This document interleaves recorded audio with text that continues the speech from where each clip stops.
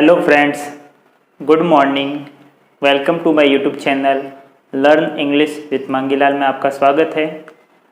हम direct indirect यानी कि नरेशन पढ़ रहे थे और नरेशन में हम पढ़ते पढ़ते आए गए थे इम्पेरेटिव सेंटेंस तक। कुछ इम्पेरेटिव सेंटेंस के एग्जाम्पल हमने पिछले वीडियो में किए थे, कुछ इस वीडियो में करते। चलो ठीक है, तो मैंने ये पहले से ही लिख लिए ताकि वीडियो को पॉज करके वापस नहीं लिखना पड़े। ठीक है, तो देखो, He said, "Please bring me some water." उसने कहा कि मेरे लिए कृपया थोड़ा पानी लाओ। He said, "Please do not disturb me." उसने कहा कि मुझे डिस्टर्ब मत करो। ठीक है। He said, "Do not sleep in the class." उसने कहा कि क्लास में मत सो। ठीक है। My father said to me, "Study regularly." My relative said to me, "Do not attend the party." The soldier said to the shopkeeper, "Do not open the door." And she said to him, "Please go there." ठीक है। अब देखो, He said, "Please bring me some water." उसने कहा कि कृपया मेरे लिए थोड़ा पानी लाओ। तो इसमें क्या हुआ? रिक्वेस्ट हुआ। ठीक है, रिक्वेस्ट का भाव हुआ, तो इसका इनडायरेक्ट क्या बनेगा? देखो, इसके अंदर उसने कहा कि मेरे लिए थोड़ा सा पानी लाओ, तो ये मैंने सुना, मतलब मुझे ही कहा है। तो इसके अंदर मैं ऐसे लिख सकता हूँ कि इसने मुझे कहा है। भले ही यहाँ पर लिखा गया नहीं है मी, लेकिन फिर भी हम लिख सकते हैं इनडायरेक्ट बनाते वक्त, he requested me to bring. अब यहाँ पर मी है तो ये फर्स्ट पर्सन है, फर्स्ट पर्सन ही के अनुसार चेंज होगा, तो मी जब ही के अंदर आएगा तो हिम आएगा। ठीक है। He requested me to bring him some water. ये इसका इनडायरेक्ट हो गया। He said, "Please do not disturb me."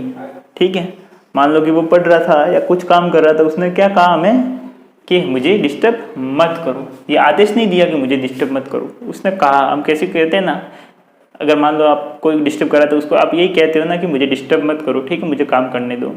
तो ऑर्डर थोड़ी होता है, ऑर्डर नहीं होता है, उसको ऑर्डर नहीं कहेंगे। ठीक है, और रिक्वेस्ट भी नहीं हो सकती कि प्लीज़ कृपया मुझे डिस्टर्ब मत करो। ठीक है, वो सिर्फ हम कहते हैं कि यार डिस्टर्ब मत कर, मेरा काम है। ठीक है, तो इसको आज खड़े से ही होगा, इसको रिक्वेस्टेड से करने की कोई ज़रूरत नहीं है।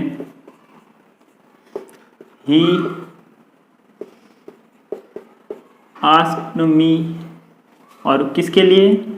डिस्टर्ब नहीं करने के लिए कहा, नॉट टू डिस्टर्ब हिम, क्योंकि मी है, फर्स्ट पर्सन है, और ही के अनुसार चेंज होकर हिम आएगा। ठीक है। He said, "do not sleep in the class." अब क्लास में तो नहीं सो सकते ना, ठीक है, तो वो ऑर्डर देगा तुम क्लास में नहीं सो सकते। ठीक है, और अगर कहेगा तो क्या कहेगा कि तुम क्लास में मत सो। ठीक है, तो इसके दो तरीके से बन सकता है इसको। ठीक है, एक तो इस तरीके से बनेगा indirect, he asked me not to sleep in the class, या तो ऐसे बनेगा। ठीक है, या इसका कैसे बनेगा? he asked, he ordered me not to। ठीक है, अगर ऑर्डर भी नहीं देंगे तो ये मना तो किया हुआ है ना, तो ये ऐसे भी हो सकता है, he forbade me to sleep in the class। उसने मुझे क्लास में सोने के लिए मना किया। ठीक है। My father said to me, "Study regularly." मेरे पिताजी ने क्या कहा कि रेगुलरली स्टडी करो, तो ये एक तरह से पिताजी ने सलाह दी है, तो इसका इनडायरेक्ट क्या होगा? My father advised me to study regularly. ठीक है। My relative said to me, मेरे रिलेटिव ने मुझे कहा कि do not attend the party, यानी कि पार्टी अटेंड मत करो। तो एक तो कहा, तो क्या बनेगा? माई रिलेटिव आस्क्ड मी, मुझे कहा क्या करने के लिए? पार्टी अटेंड नहीं करने के लिए, not to attend the party के, तुम पार्टी अटेंड मत करो, तुम घर पर ही हो या घर पर ही काम करो या पढ़ो वगैरह, ठीक है। ऐसे मत लिखना कि my relative asked me to not attend the party, to not लिखा नहीं और खोटा हो गया, नॉट टू ही आएगा, और ये परीक्षा में कई बार आता है और हम ध्यान भी नहीं देते और सीधा एरर उसी में ही होता है, ठीक है। एक तो ये भी हो सकता है, और नॉट टू वाले को फॉरवर्ड भी लिख सकते हैं, my relative forbid me to attend attend the party, ठीक है। अब देखो, the soldier said to the shopkeeper, यानी सिपाही ने दुकानदार से कहा, do not open the door. मान लो हो सकता है कि गोलाबारी चल रही हो और जो सैनिक है उसने कहा होगा कि दुकानदार से कि भाई तू बाहर मत निकल, तू अंदर ही रह, दरवाजा मत खोल, ठीक है। तो क्या हुआ, एक तरह से तो ये ऑर्डर ही हुआ, ठीक है। और अगर कहेगा तो क्या कहेगा कि दरवाजा मत खोलो, इसको दोनों तरफ से बना सकते हैं। द सोल्जर, ये ऑर्डर है, इसमें आस्क्ड नहीं आएगा, सोल्जर हमेशा ऑर्डर देता है, ठीक है। The soldier ordered the shopkeeper not to open the door, या इसको ऐसे भी बोल सकते हैं, यहाँ आस्क नहीं आएगा, यहाँ ऑर्डर होगा। वो उसके पास सिर्फ बंदूक ही होती है, वो कहते हैं कि दरवाज़ा बंद करो, तो फिर बंद करना पड़ता है। जब आर्मी आती है, सैनिक आते हैं, जब कर्फ्यू लगता है और आर्मी आ जाती है तो वो फिर ऑर्डर ही देती है, वो कहती नहीं है, वो सीधा गोली मार देते हैं, ठीक है। इसको ऐसे भी कर सकते हैं, the soldier forbid the shopkeeper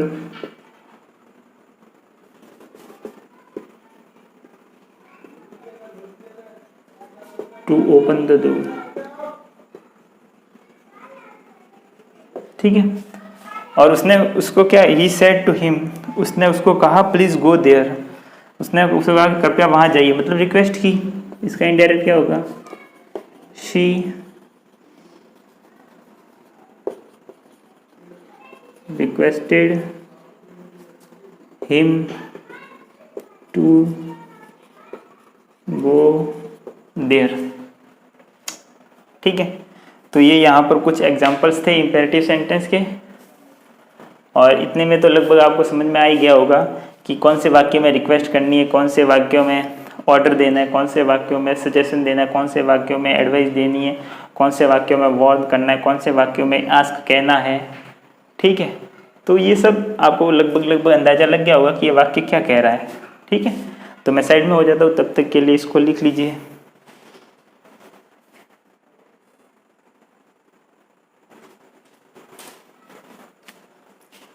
तो मैंने कुछ एग्जांपल्स और लिखे हैं, ठीक है। तो ये वाले जो एग्जांपल्स हैं, ये वाले एग्जांपल है लेट्स वाले। यदि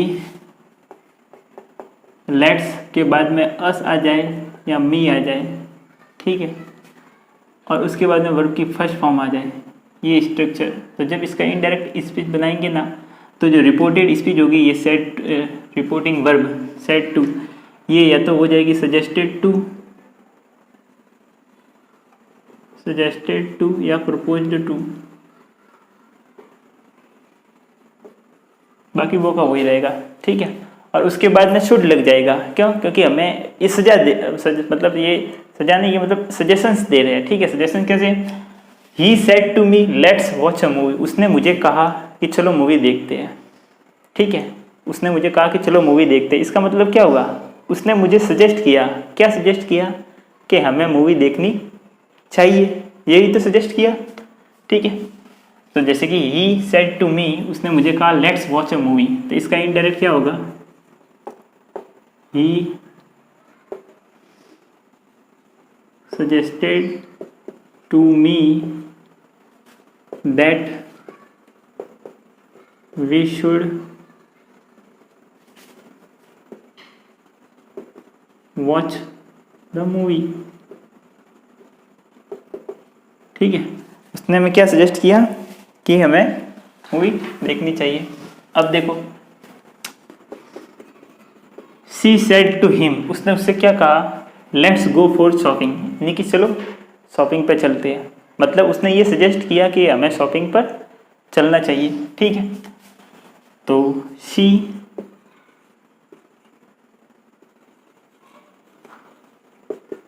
suggested to him that they, अब यहाँ दे आया और यहाँ पर वी क्यों आया है, क्यों, क्योंकि यहाँ पर दोनों ही थर्ड पर्सन है। जब दोनों ही थर्ड पर्सन होते हैं तब तो दे लिखते हैं लेट्स वाले वाक्य में, और अगर एक जगह भी अगर फर्स्ट पर्सन आ जाए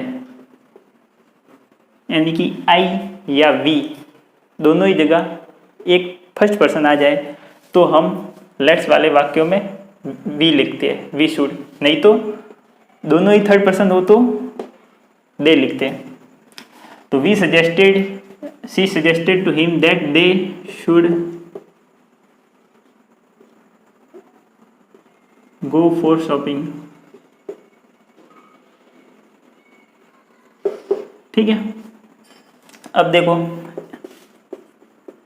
आई सेड यानी मैंने कहा लेट्स सिंग टुगेदर, ठीक है। मैंने कहा चलो हम क्या करते हैं, साथ में गाते हैं। तो मैंने सजेस्ट किया कि मतलब हमें साथ में गाना चाहिए, ठीक है। तो इसका क्या होगा, आई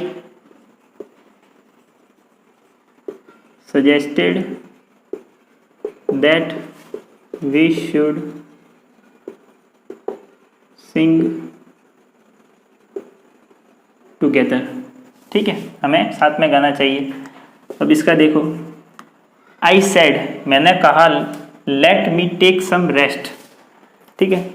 मैंने कहा कि मुझे थोड़ा सा रेस्ट करने दो, ठीक है। मैंने सजेस्ट किया मुझे थोड़ा सा रेस्ट करने दो, मतलब मुझे थोड़ा सा रेस्ट करना चाहिए, ठीक है। मैंने ये सजेस्ट किया, आई सजेस्टेड दैट, अब मी है तो फर्स्ट पर्सन है तो आई के हिसाब से हो गए, वापस आई ही बनेगा, that I should take some rest. He said let's go there, उसने कहा चलो वहाँ जाते हैं, तो उसने वहाँ जाने का सजेशन दिया कि हमें वहाँ जाना चाहिए। ही सजेस्टेड दैट, अब यहाँ पर तो थर्ड पर्सन है तो क्या होगा, that they should go there,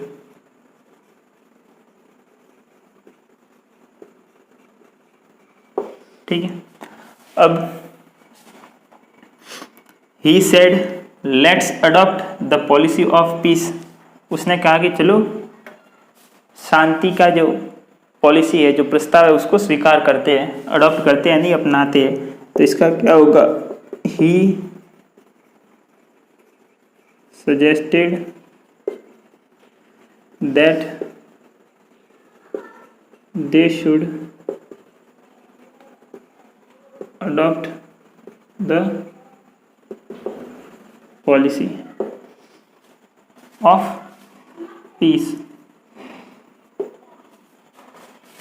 अब देखो Raveena said to her husband, Raveena ने अपने हस्बैंड से कहा let's go on a romantic candle light dinner, ठीक है। तो अच्छी बात है भाई, वो जा रहे कैंडल लाइट डिनर के लिए। तो उसने क्या किया, उसने अपने हस्बैंड को सजेस्ट नहीं किया, उसने अपने हस्बैंड को प्रपोज किया, यानी कि उसके सामने प्रस्ताव रखा कि आज तो हम डिनर पे, कैंडल लाइट डिनर पे जा ही लेते हैं, ठीक है। तो इसका लिखते हैं, Raveena proposed her husband that they should go on a romantic candlelight dinner, और टू नाइट है उसको कर देंगे दैट नाइट, ठीक है। अब है कब कैप्टन ने क्या किया, the captain said let's play a match, captain ने कहा कि चलो एक मैच खेलते हैं, एक मैच कर लेते हैं। तो कैप्टन ने भी सजेस्ट किया, the captain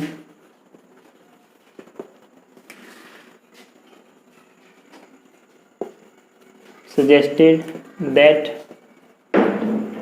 they should play a match.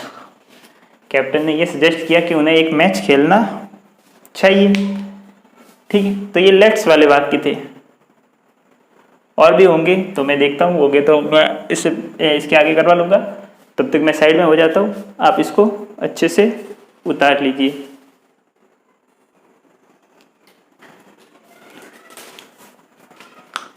तो मैंने 4 एग्जाम्पल्स लिखे हैं, इसको देखो। ये भी लेट वाले वाक्य ही है।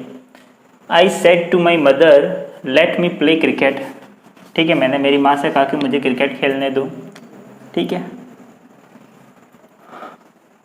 She said to her father, उसने अपने पिताजी से कहा लेट मी स्टडी फर्दर, मुझे और आगे पढ़ने दो।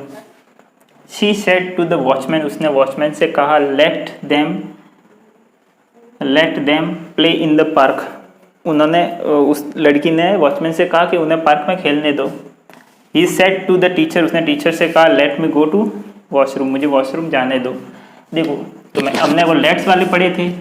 तो कभी कभार क्या होता है, लेट के बाद में ऑब्जेक्ट आता है और वर्ब की फर्स्ट फॉर्म आ जाती है। तो उसको जब हम बनाते हैं, ठीक है, तो जो सेड टू होता है, ठीक है, वो उसके अंदर कभी कभी आग्रह भी होता है, तो अर्ज्ड भी लिखते हैं। ठीक है, कभी कभार याचना भी करते हैं, तो प्लीडेड विथ लिखते हैं। कभी कभी उसमें कहते भी हैं, तो आस्क्ड भी लिखते हैं। ठीक है, आस्क्ड ऐसे। तो जैसे कि अब मान लो ये वाला वाक्य है, ये हम मान लो जब छोटे थे तो हम बाहर क्रिकेट खेलते थे, धूल में खेलते थे, सड़कों में वगैरह बाहर खेलते थे। ठीक है, तो मम्मी कहती थी कि अब अंदर चलो, तो अब कहते नहीं नहीं मम्मी थोड़ा और खेलने दे, ठीक है, मुझे क्रिकेट खेलना दो। तो इसमें हम क्या करते थे, प्लीडेड विथ, प्लीडेड मतलब याचना करते थे माँ से कि माँ थोड़ा तो और खेलने दो मम्मी प्लीज़। तो इसको ऐसे भी लिख सकते हैं, आई प्लीडेड विथ माई मदर। ठीक है, आई प्लीडेड विथ माई मदर, किसके लिए, टू लेट, और मी है तो ये तो फर्स्ट है, तो ये आई का मी का मी होगा, लेट मी प्ले क्रिकेट। मैंने किस बात की यातना की कि मुझे और क्रिकेट खेलने दो, मुझे क्रिकेट खेलने दो। अब इसका एक और तरीके से इनडायरेक्ट बनाया जा सकता है। किस तरीके से, आई प्लीडेड विथ माई मदर, फिर इसको कैसे लिखेंगे, दैट, अब इसका तो आई ही होगा, या सब्जेक्ट के रूप में लिखेंगे, that I might be allowed to play cricket. इसको ऐसे भी लिख सकते हैं। हमने ये वाला वाक्य, ये शायद ये वाला वाक्य पैसिव वॉइस में भी किया था, तो वहाँ पे भी अलाउड टू वाला वाक्य स्ट्रक्चर था। तो इसमें भी एक्टिव पैसिव और डायरेक्ट इनडायरेक्ट लगभग सिमिलर चीज़ ही है, बहुत सी चीज़ें सिमिलर है दोनों में। ठीक है, जैसे कि she said to her father, उसने अपने पिताजी से कहा कि मुझे और पढ़ने दो, थोड़ा आगे और पढ़ना है मुझे, ठीक है, पढ़ने दो। तो उसने क्या कर रही है, वो अपने पिताजी से आग्रह कर रही है, क्योंकि लड़की है। ठीक है, तो वो आग्रह करेगी पिताजी थोड़ा और पढ़ने दे दो मुझे, मेरी इच्छा है। तो क्या होगा, she urged her father to let, और मी है तो फर्स्ट पर्सन किसके अनुसार चेंज होगा, सी के अनुसार। तो सी मी की जगह आके बैठेगी तो क्या होगा, शी होगा। दैट सी लेट, लेट यहाँ पर हर होगा, क्यों, सी नहीं होगा, क्योंकि लेट के बाद में कभी भी अगर सब्जेक्ट लिखना पड़े कहीं पर भी, तो हमेशा ऑब्जेक्टिव फॉर्म में ही लिखा जाएगा, ऑब्जेक्टिव केस में ही लिखा जाएगा। तो लेट हर स्टडी फर्दर, और इसको अलाउड टू वाले वाक्य से भी कर सकते हैं। कैसे, she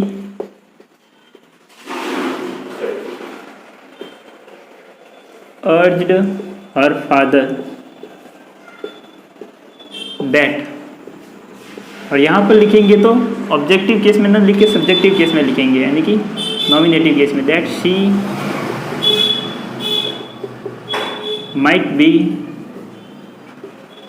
allowed to study further.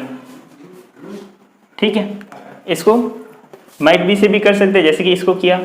अब मान लो ये है कि she said to the watchman, उसने वॉचमैन से कहा कि let them play in the park, उन्हें पार्क में खेलने दो। ठीक है, तो इसमें कोई आग्रह नहीं किया, याचना नहीं किया, इसने सिर्फ वॉचमैन से कहा है। ठीक है, इसमें कोई खास बात है नहीं। तो क्या हो गया, she asked the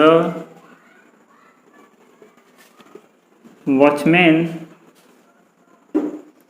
two let them.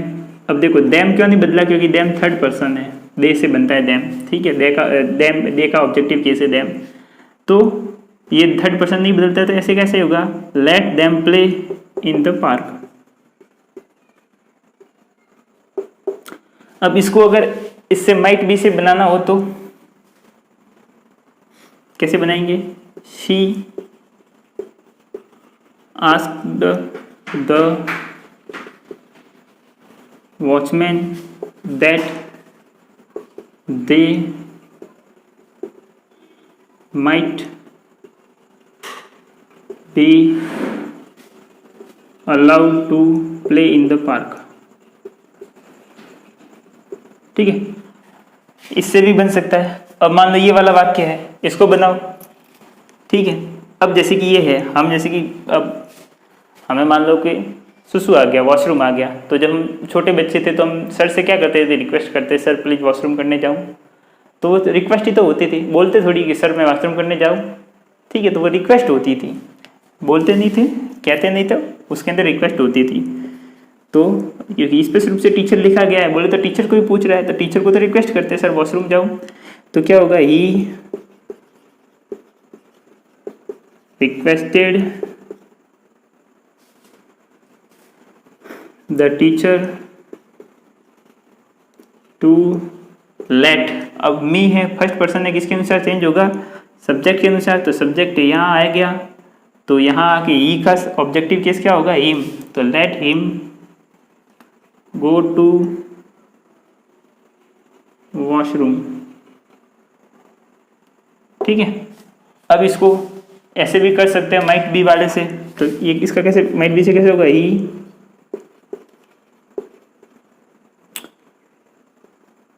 he requested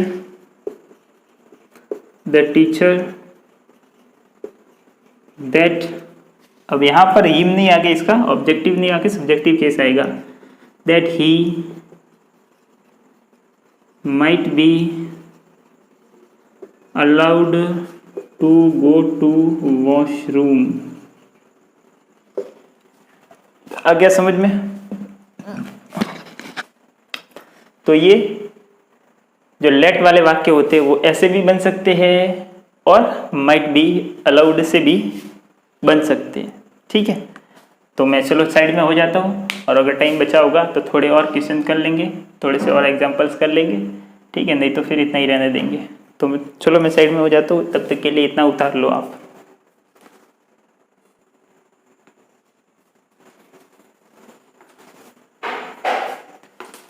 तो आज ये इम्पेरेटिव सेंटेंस और लेट्स वाले लास्ट ये इतने एक्सरसाइज कर लो, फिर नहीं करेंगे, बहुत हो गई। देखो, he told the driver, I told the driver let me drive the car. मैंने ड्राइवर से कहा कि मुझे कार चलाने दो। ही सेड टू मी, उसने मुझे कहा let me read your book, मुझे तुम्हारी बुक पढ़ने दो। ठीक है, शी सेड, उसने कहा you might attend the meeting on my behalf, यानी कि मेरी जगह तुम मीटिंग अटेंड कर लो। ठीक है, she said you ought to love animal, उसने कहा कि तुम्हें जानवरों से प्यार करना चाहिए। ठीक है, ये ऑट टू है, ये मॉडल है। The doctor said you had better not work hard.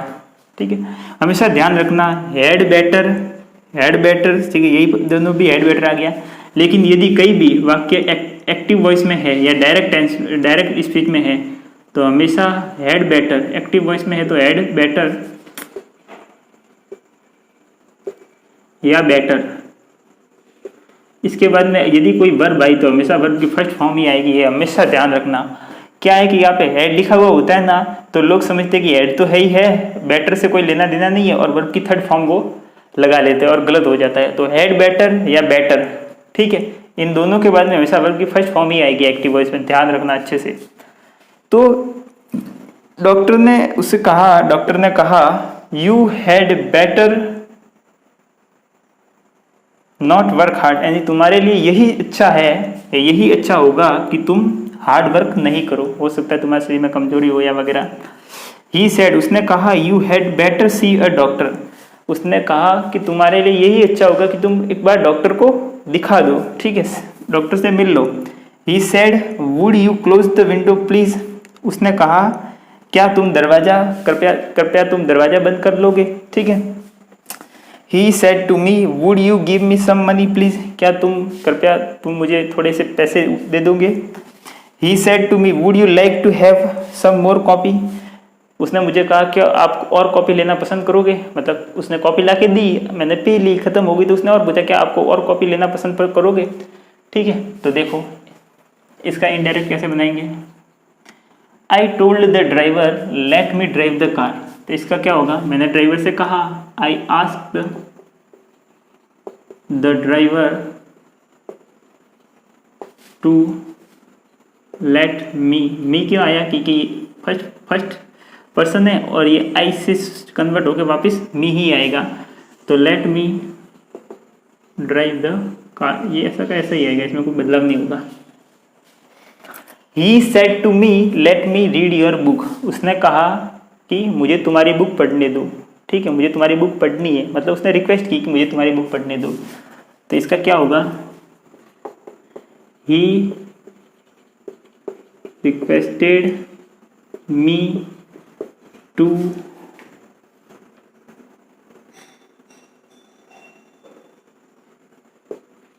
Late him क्या आया, ये फर्स्ट पर्सन है मी, और ये ही से चेंज होकर के हिम आ जाएगा, लेट हिम रीड।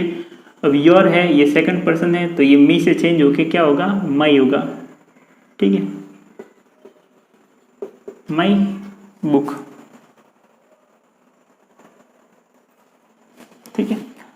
अब शी सेड, उसने कहा you might attend the meeting on my behalf, यानी कि तुम मेरी जगह पर मीटिंग अटेंड कर लो, मतलब उसने रिक्वेस्ट की, तो इसका क्या होगा, शी रिक्वेस्टेड मी, यहाँ पे मी नहीं लिखा हुआ तो भी फिर हम लिख सकते हैं, ठीक है। He requested me to attend the meeting on, अब माई है तो माई किससे चेंज होगा, शी से, तो शी का क्या आ जाएगा, हर बिहाफ, यानी कि उसके स्थान पर, ठीक है। अब इसका देखो, शी सेड, उसने कहा you ought to love animal, यानी कि तुम्हें जानवरों से प्यार करना चाहिए, यानी कि उसने मुझसे आग्रह किया। मान लो कि हो सकता है कि उसके सामने मैं जानवरों को लात मार रहा होगा, तो उसने आग्रह किया कि नहीं ऐसा मत करो, तुम्हें जानवरों से प्यार करना चाहिए, वो ऐसे होते हैं वैसे होते हैं, ठीक है। तो उसने आग्रह किया एक तरह से, तो रिक्वेस्टेड भी लिख सकते हैं, आग्रह भी लिख सकते हैं, ठीक है। सी अर्ज्ड मी, किसके लिए, टू लव एनिमल्स, ठीक है, उसने मुझे जानवरों से प्यार करने के लिए आग्रह किया। ये ऑट टू का मतलब ही होता है, ये मॉडल है, इसका मतलब है कि तुम्हें जानवर, उसने मुझे क्या कहा कि तुम्हें जानवरों से प्यार करना चाहिए। इसका इनडायरेक्ट बना लेंगे तो क्या कहा कि उसने मुझे जानवरों से प्यार करने के लिए आग्रह किया कि तुम जानवरों से प्यार करो, बात तो होगी वही है। द डॉक्टर सेड, डॉक्टर ने कहा you had better not work hard, doctor ने कहा कि तुम्हारे लिए यही अच्छा होगा कि तुम ज़्यादा हार्ड वर्क नहीं करो। तो डॉक्टर ने क्या किया, एक सलाह तो दी है, तो यही होगा, द डॉक्टर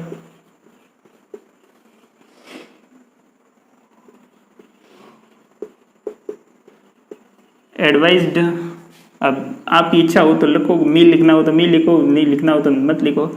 एडवाइज्ड मी, और किसके लिए? Not to work hard.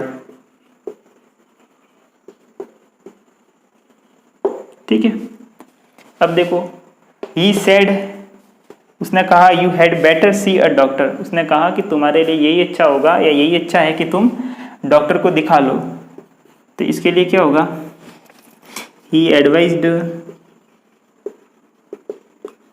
Me to see a doctor, उसने मुझे डॉक्टर से दिखाने के लिए कहा या दिखाने की सलाह दी। अब देखो, ही सेड, उसने कहा would you close the window please, उसने कहा कि क्या कृपया आप दरवाजा खिड़की बंद कर लोगे। जब हमेशा ध्यान रखना, यदि किसी वाक्य की शुरुआत वुड या कुड से शुरू हो रही है और उसके बाद सब्जेक्ट करके ऐसे ऐसे करके लिख करके पीछे क्वेश्चन मार्क है, ठीक है, वुड या कुड कुछ भी हो सकता है, तो मतलब ये दोनों ही वाक्य को विनम्रता लाने के लिए किए जाते हैं, पूछने के लिए या रिक्वेस्ट करने के लिए किए जाते हैं। तो इसने क्या कहा? ही said would you close the window please, क्या आप दरवाजा या खिड़की बंद कर दोगे। तो उसने रिक्वेस्ट की, किसके लिए? खिड़की बंद करने के लिए। तो इसका क्या होगा? ही रिक्वेस्टेड, अब यू है, अब इसने रिक्वेस्ट मेरे से ही तो की है, यहाँ पर मी है लेकिन लिखा नहीं, तो इसका अब यू है तो यू सेकंड पर्सन है, चेंज होकर के यहाँ पर आएगा तो आई के हिसाब से ही तो बनेगा, ठीक है। तो क्या होगा? He requested me to close the window,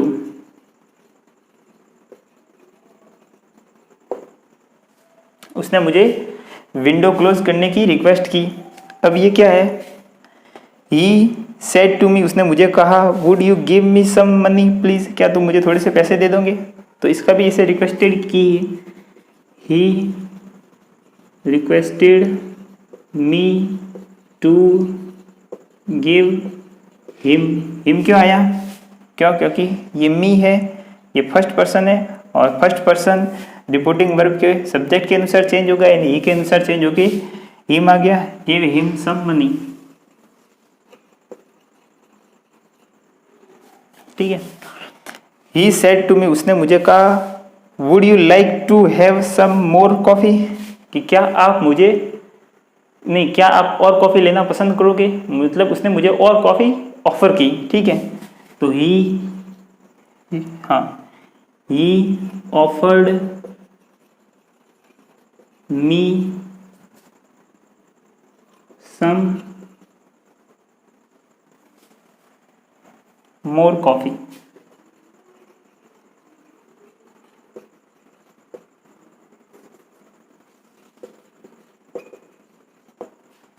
समझ गए? ही ऑफर्ड मी सम मोर कॉफी, ठीक है। या फिर ऐसे भी लिख सकते हैं, he requested me to have some more coffee, request करना चाहे तो रिक्वेस्ट से कर सकते हो, लेकिन ये ऑफर वाला यह ज़्यादा सही देगा, क्योंकि उसने रिक्वेस्ट नहीं की, उसने ऑफर किया कि क्या आप और कॉफी लोगे, ठीक है, लेनी है आपको और कॉफी पड़ी है आप ले लो, ठीक है। तो ये वाला हो गया। तो यहाँ ऑर्डर ऑफर ज़्यादा सही रहेगा, रिक्वेस्ट कम है, यहाँ रिक्वेस्ट नहीं, यहाँ ऑफर कह रहे कि आपको और कॉफी चाहिए क्या, ठीक है, या और नाश्ता लोगे या वगैरह और जूस लोगे वगैरह, ठीक है।